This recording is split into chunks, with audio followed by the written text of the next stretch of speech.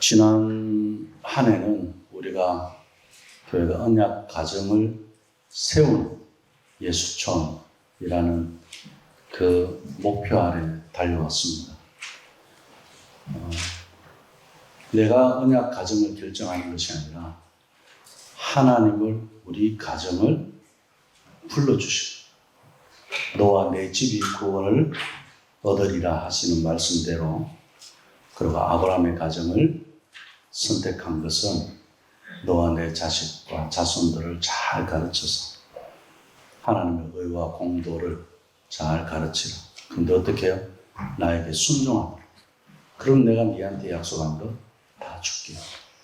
그리고 네 후손들도 내가 약속한 그 복을 다 줄 거다. 그래서 우리는 아브라함을 믿음의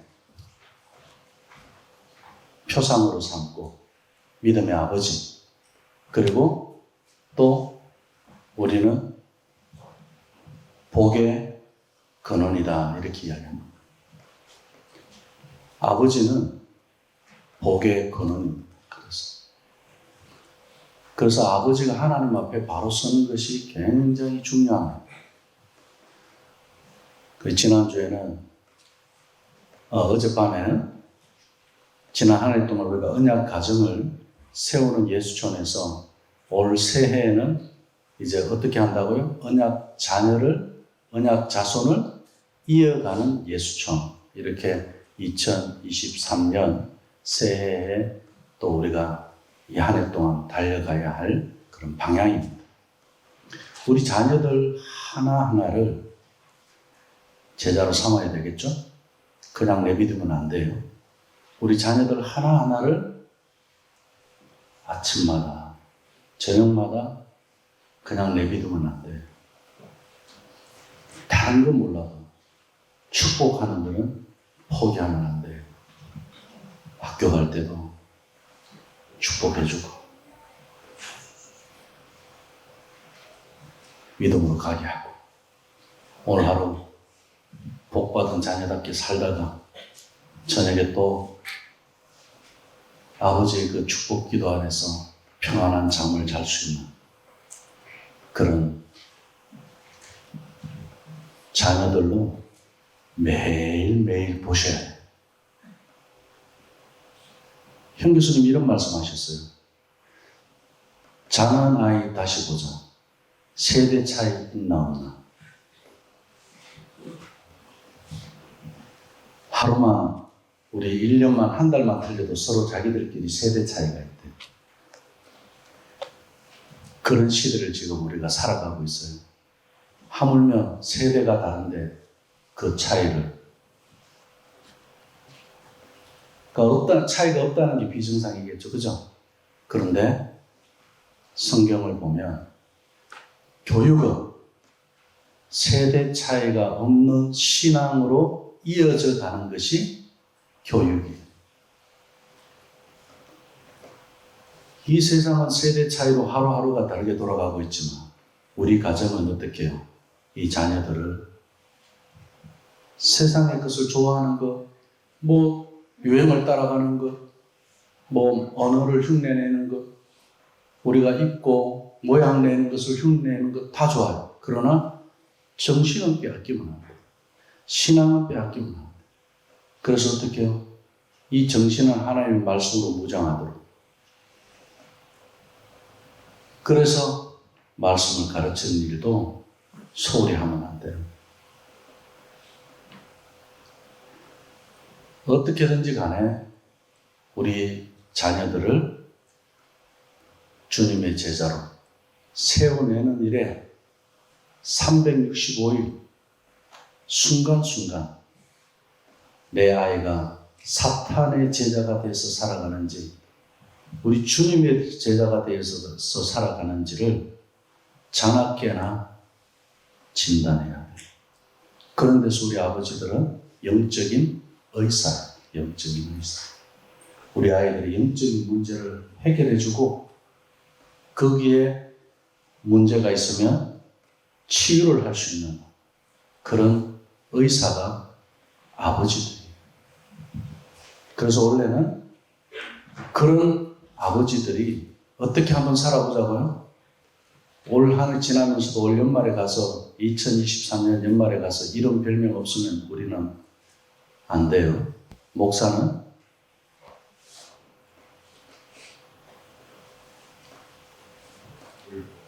울보 목사. 우리 아버지들은 뭐요? 울보 아버지들. 물어보자. 그리고 괜찮아요. 걱정도 괜찮고 문제도 괜찮고 근심도 고난도 고통도 질병도 다 괜찮아요. 우리한테는 무기가 있어요. 이 눈물을 가지고 근심도 해결하고 걱정도 해결하고 고난도 고통도 질병도 다 씻어내는 그런 치유의 역사가 이 눈물에서 시작된다는 거. 그 우리가 어젯밤에 말씀에서 같이 좀 나눴습니다. 그럼 이제 답도 가지고 있어요. 원래 우리 방향도 정했어요. 우리 자식들을 어떻게든지 간에 자네께나 이 사탄의 종이 되는지 주님의 종으로 가고 있는지 그거 체크하고 보면서 살아가는 거. 그 방향도 정해졌어요. 그런 데서 오늘 마침 하나님께서 우리 D6 커리큘럼에서 주시는 본문의 말씀이 출애굽기 20장이에요. 그 20장 중에서도 오늘 이 12절 말씀. 다섯 번째 계명.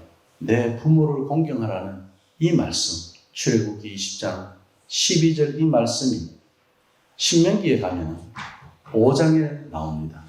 5장 16절에 똑같은 말씀이 나오는데 차이는 있어요. 그런데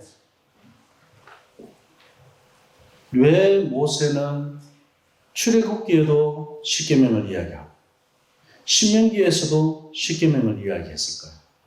그것도 신명기에서는 우리가 잘 아는 D6 신명기 6장 바로 앞에 5장에서 십계명을 말씀하십니다. 그냥 하신 게 아니죠. 6장이 있기 전에 이 십계명에 대한 것을 모르면 6장에서 내가 뭘 부지런히 가르쳐야 될지, 내가 마음을 다하고 뜻을 다하고 힘을 다해서 하나님을 사랑하는 걸 어떻게 해야 되는지 몰라요. 그래서 십계명 안에서 가늠하지 말라. 내가 마음을 다하고 뜻을 다하고 하나님을 사랑하고 이웃을 사랑하는 가늠 안 하면 되구나. 거짓말 하지 마라. 그럼 거짓말 안 하면 되는구나. 이렇게 십계명과 연결되는 거예요. 그래서 5장에는 신명기 5장에는 십계명이고 신명기 6장에는 이스라엘에 들으라 우리 하나님 여호와 이 말씀을 주신 거예요. 구약학자들이 그렇게 이야기를 합니다. 왜 5장과 6장을 이렇게 연결해 놓았느냐. 원래는 성경에 장이 구별 안 돼 있었죠. 장절이. 히브리어 원래 성경에 우리가 토라의 말씀에서는 5장, 6장이 없어요. 그냥 십계명 이야기 이어서 지금 신명기 6장에 이 말씀이 그냥 있는 거예요. 장이 구분 안 돼 있어요. 왜 이렇게 이어서 모세가 말씀을 전했느냐는 거예요.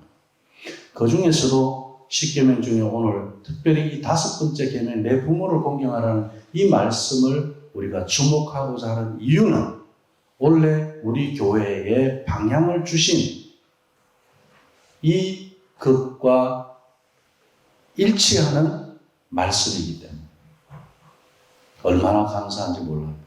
오늘 우리가 제자도 하는 시간에 이 본문이 이렇게 언약 자손을 이어가는 우리 예수님과 연결되는 말씀으로 되니까 참 감사한 일이죠. 내 부모를 공경하라. 우리 한국에서 흔히 하는 말로 효예요, 효.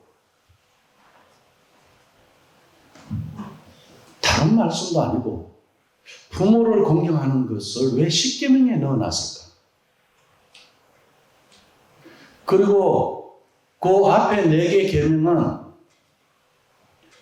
하나님을 공경하는 말씀이거든요.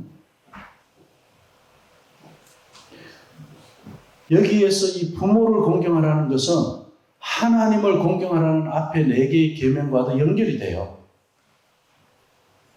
성경에서 아버지 그러면 하나님 아버지를 이야기하는 것도 있고 땅의 아버지를 이야기하는 것도 있고 그리고 또 왕을 이야기하는 것도 있고 선지자를 이야기하는 것도 있고 제사장을 두고도 아버지라고도 이야기하는 것도 있고요. 성경에는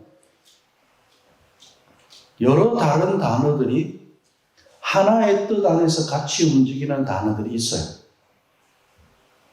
그 중에 한 단어가 바로 아버지라는 거예요. 자, 그러면 땅의 아버지는 도대체 어떤 존재이길래? 우리 아버지가 뭔지 모르고 나는 아버지가 되었어요. 애를 낳아서 아이들이 아빠라고 그러면 나는 아버지인 줄 알았어요. 그리고 애들 키우다 보니까 제자가 안 나와. 주님의 제자가 안 나와. 어떻게? 세상을 쫓아가는 세상의 종이 나와. 그죠? 내가 몰랐거든. 그런데 성경에서 말씀하고 있는 아버지에 대해서 알고 나면, 내가 자녀가 있을 때, 하나님 자녀를 선물로 주실 때, 하나님의 아버지의 성품으로 이 아이들을 양육하라고 하는 거구나. 그럼 이 아이들에게 하나님 아버지의 성품을 보여주려면 어떻게 해야 되겠어요? 참을 줄도 알아야 돼요.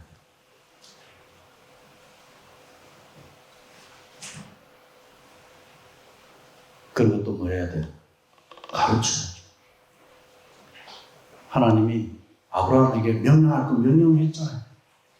룰을 줄 건 룰을 줘야 돼요. 가이드를 줄 건 가이드를 주고 은혜를 베풀 건 은혜를 베풀고 그것을 해야 아버지예요. 내가 애만 낳았다고 해서 애가 나를 아빠라고 부른다고 해서 내가 아버지. 그게 아니라는 거예요. 오늘 십계명에서의 부모는 어떤 존재냐? 하나님과 연결된 존재라는 이야기예요. 자녀보다 먼저 하나님과 연결된 존재. 부모가 하나님을 공경할 줄 알 때, 그 자녀들은 하나님을 공경하는 부모를 보면서 부모를 공경하게 되는 거예요. 하나님을 공경하는 부모. 자, 앞에 4개의 계명을 두고 봤을 때는 하나님을 공경하는 부모 입장에서 보게 되고요. 뒤에 계명들을 보면 이제 자녀들과도 이 땅의 부모로서 자녀들과 연결됩니다. 이 말씀. 자, 살인하지 말라는 말씀이 이어져요. 그죠? 부모를 공경하는 자녀가 살인을 하지 않는 것은 당연한 거죠. 간음하지 말라 그래요. 부모를 공경하는 자녀는 간음하지 않는 거 당연한 거예요. 거짓말하지 말라고 그래요. 이웃의 것을 탐하지 말라고 그래요. 6번째 계명부터 10번째 계명까지 이 계명은 어디에서 다 지켜지는 거예요? 부모 공경에서. 효는 자, 하나님과도 연결되어 있고 내 자손과도 연결되어 있는 것이 효예요.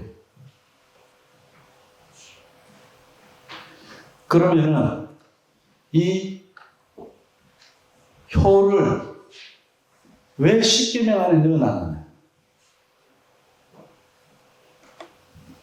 부모를 공경하지 않는 자녀에게 신앙 전수가 될까요? 왜 우리 아버지들이 하나님 아버지의 역할을 하셔야 되느냐면 우리 자녀들이 부모를 존경할 수 있도록 하나님 아버지의 권위를 가지고 가르쳐줘야 돼요. 보여줘야 돼요. 그것이 공경이에요. 존경이라는 뜻이 있습니다. 히브리 안에. 그리고 무게가 굉장히 무겁다는 뜻도 있습니다. 공경이라는 단어. 우리 효라는 단어는 진짜 무겁죠. 우리 한국의 한자로 가지고 효를 이야기하는 아들이 노인을 업고 있는 모습이잖아요. 진짜 무겁겠죠. 그죠? 이게 효예요. 부모를 업고 내가 산 것이 자녀라는 거예요. 이것을 우리 한국에서는 전통적으로 효라고 부르고, 오늘 말씀에서는 부모를 존경해요. 근데 우리 자녀들 생각에서는 어떻습니까? 우리 아버지 존경할 게 있어야 뭐 존경하지. 우리 어머니 존경할 게 있어야 존경하지. 나한테는 상처밖에 없어. 나는 하나님 아버지 할 때 아버지 글자도 나는 싫어. 이런 사람 있어요. 정말 우리 아버지들이 잘해야 되는 이유, 우리 아버지들이 왜 울어야 하느냐면 하나님 앞에서 제사장이라는 건 굉장히 거룩한 직분이에요. 정말 당신은 사랑받기 위해 태어난 사람, 이 찬양한 사람이에요. 제가 1996년도인가 5년도에 서울의 그 교회에서 학생들 여름 수련회를 예수 전도단의 전국 그 캠프 하는데 우리 아이들을 데리고 거기 가서 했어요. 가면 아이들 찬양을 뜨겁게 하는 애들도 있지만 어떤 애들은 그냥 막 힘들어 하죠. 억지로 해야 되니까. 그럼 예수 전도단의 스태프들이 매 라인마다 저기도 써있고 여기도 써있어요. 그래갖고 억지로라도 찬양을 시켜요. 막 빈둥하는 애 있으면 저기서 여기 와서 애 보고 같이 해요. 그 옆에서 같이 하면서. 그 간사 중에 한 명이 이 찬양을 작곡한 사람이었어요. 마침 우리 조에 있었어요. 근데 그 친구 아버지가 남자인데 아버지가 어떤 분이냐면 군인이었어요. 아버지가 퇴근하면 아이들이 다 쫓아나와서 그 아파트 그 신발 걷는 거 앞에 가서 90도로 아버님 다녀오셨습니까? 하고 인사 안 하면 그날 저녁에 편안하게 잠을 못 자요. 굉장히 권위적인 아버지. 그러면서 너무 음악에 자라갖고 자기는 아버지 되기도 싫고 그래서 결혼도 싫어합니다. 그리고 아버지 아자도 싫고 그래서 뭐 아자가 있는 그런 과자든 뭐든 다 싫대. 아무리 맛있어도 싫대요. 자기는. 아버지 아자가 싫다. 그러나 아버지 앞에서 그건 못하는, 말은 못하는 거. 그러면서 자기가 교회 갔는데 하나님을 아버지라 그러더라고요. 그러면서 거기에 너무 쇼크를 받아요. 하나님 아버지에 대한 상이 다 무너져버려요.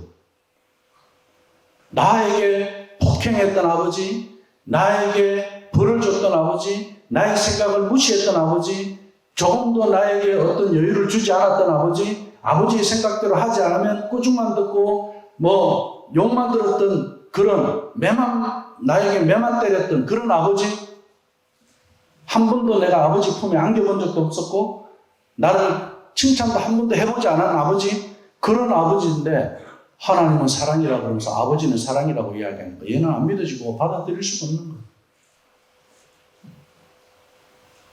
우리 아버지들이 얼마나 잘해야 되는지, 하나님을 아버지라고 하기 때문에 우리 아버지들은 모델이 누구냐? 우리 하나님 아버지가 모델이에요. 부모를 공경한다는 이야기는 자녀들에게만 요구하고 강요하는 것이 아니에요. 내가 먼저 앞에 4개 계명, 안식일도 지킬 줄 알아야 되고, 그리고 내가 우상 섬기면 안 되고, 계명 중에 2개가 있잖아요. 복 주시는 게 딱 2개예요.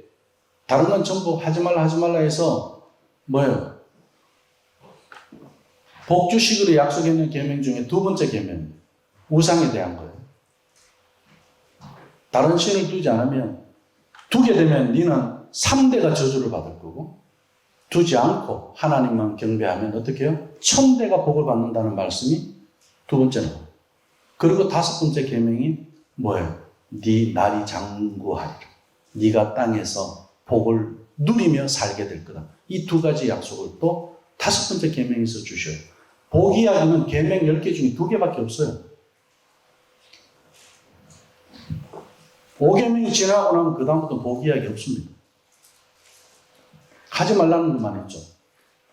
근데 여기서 지금 우리가 생각해야 될 것은 부모가 하나님 아버지가 하나님 아버지를 정말 공경해 봤으면 그 아버지의 언어나 그 아버지의 태도나 자세나 대화는 다르다는 거예요.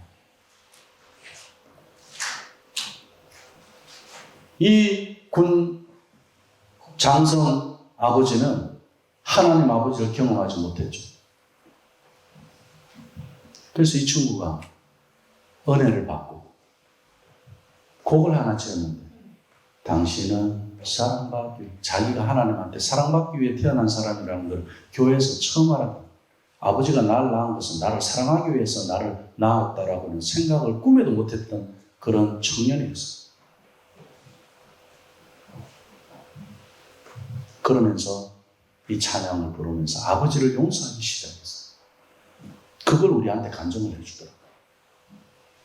하나님 아버지를 경험하니까 자기 아버지가 그렇게 원수 같고 정말 다시 아버지의 아자도 싫은 이 아이, 그래서 나는 장가도 가기 싫은 이 아이가 하나님의 은혜를 받고 나니까 원수 같은 아버지도 용서하게 되고 하나님 아버지를 찬양하게 되니까 자기가 언어가 바뀌고 생각이 바뀌고 당신은 사랑받기 위해 태어난 사람이라 그 존재를 알고 나니까 우리 아버지들이 하나님을 경험해야 돼요. 먼저 그것이 부모를 공경하는 거예요. 하나님 아버지를 먼저 공경해 봐야 되는 겁니다. 우리 예수님이 어떻게 했습니까? 하나님 아버지를 공경하셨잖아요. 어제 우리가 나눈 말씀대로 아버지여, 아버지여. 성경에 보면 우리 예수님이 아버지를 100번 넘어 불렀어요. 기도하면서, 그것도 간절히 애통해하면서 고통 가운데서. 누구 불렀습니까? 아무도 부를 사람이 없어요. 아버지 외에는 없어요. 아버지를 불렀어요. 우리 아이들이, 아내가, 가족 중에 위기가 있을 때, 아픔이 있을 때, 상처가 있을 때, 두려움이 찾아왔을 때 누구를 찾아야 되겠어요? 아버지 찾아야 되는 거예요. 그런 아버지가 되어줘야 된다. 그래서 우리가 아버지가 된 거예요. 성경에서 그리고 우리 예수님이 아버지 아버지 하면서 십자가에 못 박히는 거, 거기까지 가는 거 정말 얼마나 힘든 일이었어요. 그럼에도 불구하고 우리 예수님은 순종을 하셨어요. 누가 원하는 대로? 아버지가 원하는 대로. 이것이 효예요. 이것이 부모를 공경하는 거예요. 우리 자녀들도 똑같아요. 아까 그 청년처럼 아버지가 아버지 자격도 없고 아버지답지 않기 때문에 나는 아버지에게 효도 안 할 거야. 그거는 마귀 새끼들이 주는 생각이죠. 아버지는 아버지예요. 그 자체가 권위예요. 그 자체가 하나님으로부터 오는 권위예요. 근데 지금 한국에 우리 아버지들이 어떻게 되어 있습니까? 다 냉장고 속에 들어가 있다 그러잖아요. 냉장고 안에 있는 뭐보다도 못하다면서.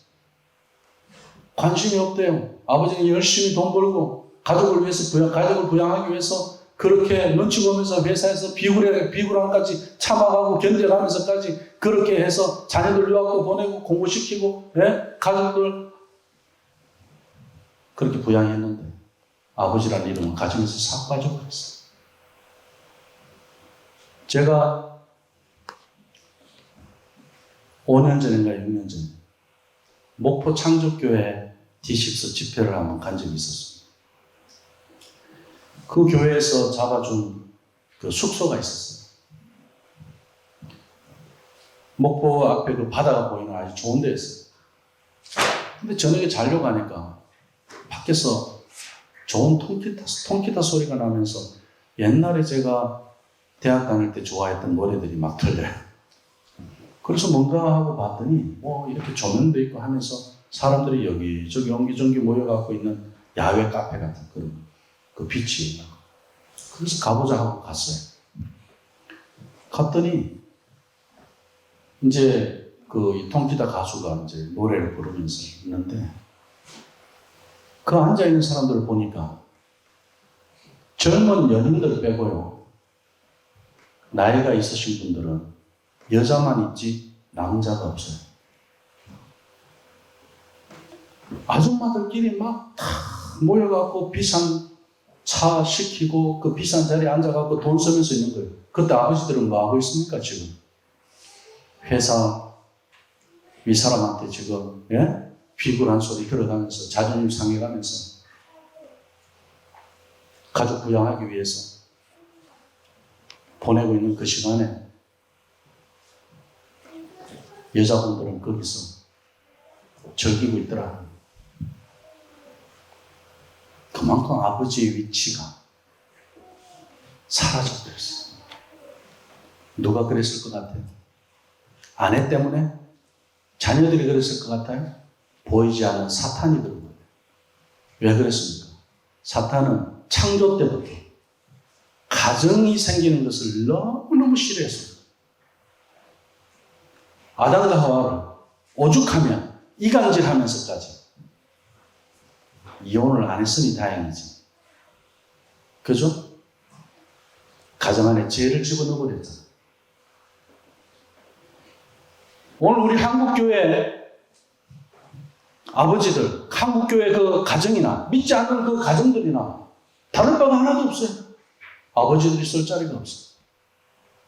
거기는 아버지들의 문제도 있습니다.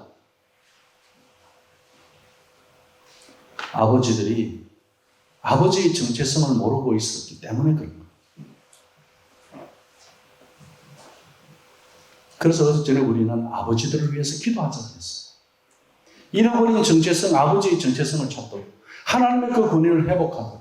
그래서 날마다 아버지들이 나에게 복을 주시도록 축복하고 기도하실 때 그 복이 나에게 임하게 되고 이어지게 되고 우리 후손들에게는 아버지의 축복을 통해서 아버지를 통해서 이어지도록 하나님께서 성경 어디에도 다 보세요. 그렇게 해놨지. 어느 아버지 빼고 어느 날 내가 예수님 잘 믿다가 나만 복 받았다? 그런 이야기 없어요.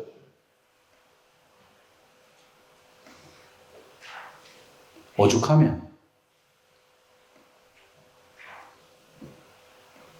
신명기에 가면 불효하는 놈이 나오면 어떻게 하라고 이야기합니까? 성경에서.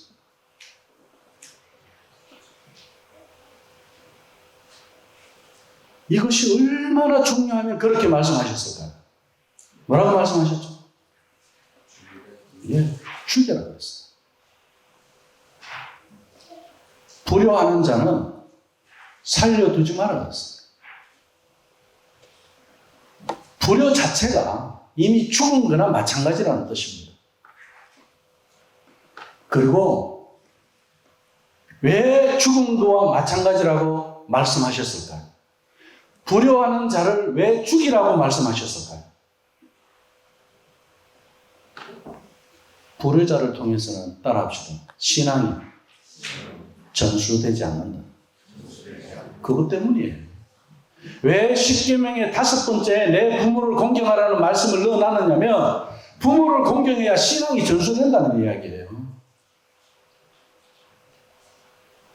우리 자녀들 부모를 공경하는 자녀로 양육해야 되는 이유가 바로 여기에 있어요. 부모를 공경하지 않는데 부모가 어떻게 성경을 가르칠 수가 있겠어요? 얘들아 앉아서 우리 말씀 좀 읽어보자 이러면 나 바빠요. 아버지 말을 그냥 까버려. 우리 하나님 아버지 말씀을 그렇게 쉽게 무시합니까? 그거 안 하는 것처럼 이야기해요. 그것도 우리 한번 생각해보자고. 내 진짜 아버지한테는 어떻게 하죠? 우리 예배하자 그러면 나 약속 있어요. 나도 이제 컸어요. 알아서 나 성경 읽을 거예요. 아니 그래도 우리 가족이 같이 모여서 하나님한테 예배하는 거 중요해. 다음 시간 될 때 그때 하죠. 우리가 하나님한테 그렇게 대화하나요? 안 하죠. 그런데 왜 내 아버지한테는 그렇게 대화하죠? 이게 불효라는 거예요.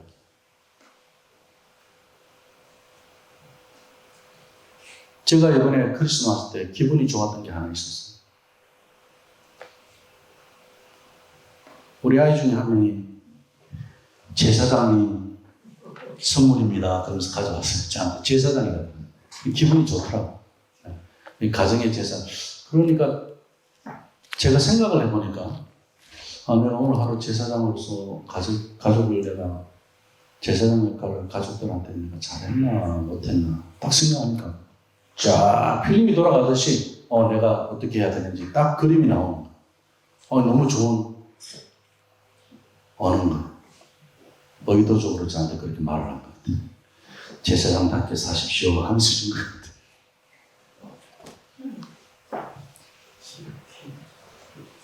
말씀을 정리할게요.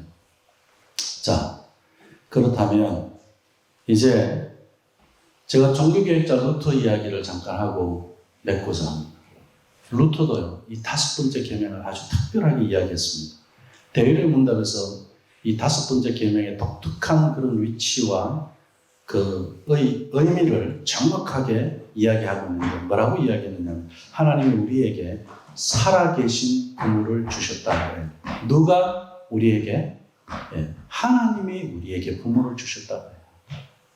그게 부족함이 있을 수 있죠. 하나님 아버지하고 비교할 그건 안 되죠. 그렇지만 권위는 있어요. 그 권위는 무시하면 안 돼요. 아버지에게 주신 하나님 복도요. 아버지를 통해서 하나님이 주신다고 그랬어요. 아브라함을 통해서 네 후손들에게 주신다 그랬잖아요. 그래서 이삭도 복받았고 야곱도 복받았어요. 그래서 언젠가 우리 예천교회에서는 제가 그 말을 자주 하죠. 우리 아이들에게 야 아버지한테 머리 그냥 갖다 밀어 복 주세요 하고 기도 받으라. 그냥 머리 들이밀어. 저도 몇 달 전에 아들한테 그 이야기를 들은 것 같아요. 뭐라고 그러느냐면 아빠 제가 그 말은 기억이 나요. 하나님 복 받고 싶으면 아버지한테 아버지 기도해 주세요 하면서 머리 들이밀으라고. 예, 그건 괜찮아요. 아버지한테 뭐 대꾸하고 반항하고 뭐 불순종하기 위해서 머리 들이박지 말고, 예? 복 주세요. 아버지가 받은 그 복 나도 받을 수 있도록 기도해 주세요. 우리 아내들도 마찬가지예요. 남편에게. 하나님이 주신 남편의 그 권위에 따라서 어떻게 해요? 기도해달라. 축복해달라.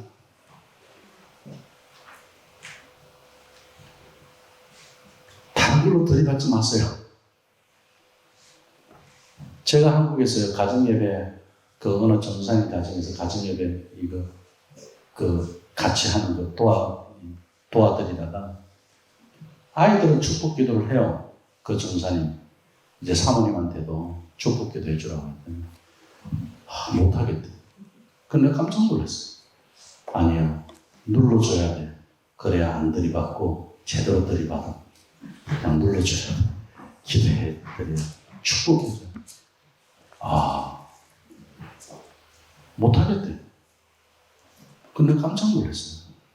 야, 한국에는 남자들이 정말 진짜 발처가구나. 예? 애처가 이게 아니라 정말 발처가. 남자들의 발바닥 밑에서 권위가 없어요. 예.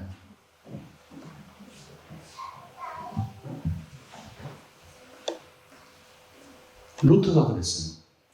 하나님이 허락하셨다고. 하나님. 다른 아버지하고 비교할 것 없어요. 살아계신 부모를 주셔서 그들을 존경하고 따르게 하셨으니 이보다 더 기쁜 일이 있을까? 우리가 그렇게 하는 것을 하나님과 모든 천사들이 더없이 기뻐한다. 누가 기뻐한다고요? 하나님과 모든 천사들이 더없이 기뻐한다. 모든 악마들이 혼비백산한다고 했어요. 왜 그랬을까? 루터도 알았어요.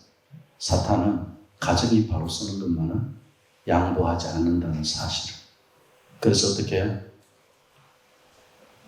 아버지가 하나님 아버지를 닮아가면 사탄은 혼비백산. 자기 계획대로 자기 생각대로 안 해요. 자녀들이 부모를 공경하잖아요? 그럼 사탄이 어떻게 된다고요? 혼비백산. 그리고 하나님과 천사들은 어떻게 해요? 기뻐한다. 그래서 루터는 내 부모를 공경할 때 악마들은 혼비백산하고 하나님과 천사들은 더없이 기뻐한다. 루터도 알았어요. 사탄은 세대간 신앙이 이어지는 것을 자기들의 정체성을 걸고 자기들의 사명을 걸고 방해하고 있다는 사실입니다. 우리가 이 땅 위에서 부모를 공경함으로써 하나님을 존경하고 사랑하는 법을 배우게 된다면 악한 마귀들의 그 소원은 정말 비참하게 처절하게 좌절될 것이고, 이제 우리는 예수님께서 하나님 아버지에게 자식의 도리를 다하는 그런 최고의 효를 바친 것처럼 심한 통곡 중에서도 눈물 흘리시고 그 고통 중에서 아버지한 것처럼 우리 아버지들이 아버지를 더 찾아야 됩니다. 더 구해야 됩니다. 아버지 어떻게 할까요?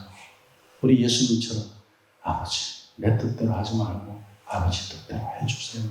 맡길 줄도 알고 지금 막 눈앞에 보이는 것 때문에 막 조마조마하지 말고 하나님이 주신 그런 담대함으로 아버지한테 맡기고 그래 괜찮아 그래 또 가보자 그래 우리 기도해보자 이렇게 자녀들을 축복하고 그래서 우리 예수님은 초지일관 아버지한테서만은 순종을 하며 갔어요. 이것이 부모 공경이에요. 초지일관 우리 자녀들이 부모를 공경하는 것. 바울도 똑같이 이야기합니다. 에베소서 6장 1절에서 4절 말씀을 보면 계명 중에 첫 번째 되는 계명이다 이렇게 이야기합니다. 마땅히 행할 것이라고 그렇게 이야기합니다. 내 부모를 공경하는 것을 두고 그렇다면 이제 아버지들을 정죄하지 마세요. 남편들을 정죄하지 마세요. 하나님 아버지를 닮아갈 수 있도록 그 권위를 인정만 해드리세요. 그런 데서 내 언어가 달라져야 돼요. 남편을 대하는 아내의 언어가 달라져야 돼요. 그 무시했던 그 언어들, 내가 남편에게 아버지에게 무시했던 그런 언어와 대답들, 그런 태도들을 가지고 내가 하나님 앞에 그렇게 해보신 적 있으십니까? 한번 해보세요. 가능할까요?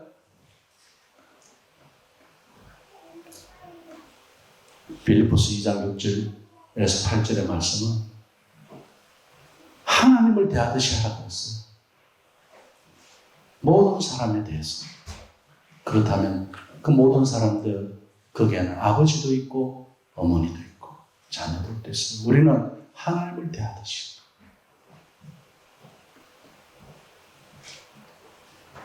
이제 아버지들의 권위가 바로 세워지는 것으로만 끝나면 안 돼요. 그 권위는 오직 하나님만을 위해서 사용되어져야 합니다. 내가 하나님 앞에 가기 전까지 내 새끼들만 하나님의 언약의 자녀로 복받는 자녀, 하나님의 약속을 이루어내는 그 자녀로 내가 돌보다가 가르치다가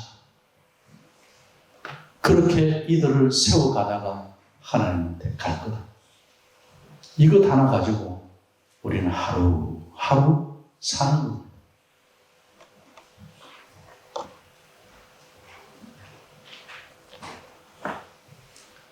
이제 우리 예천교회 아버지들, 또 우리 자녀들, 아버지들은 하나님을 공경하시고 경외하는 거잖아요. 우리 자녀들은 부모를 공경해서 언약 자손을 대대로 이어가는 우리 예천교회 식구들 다 되기를 주님의 이름으로 축원합니다.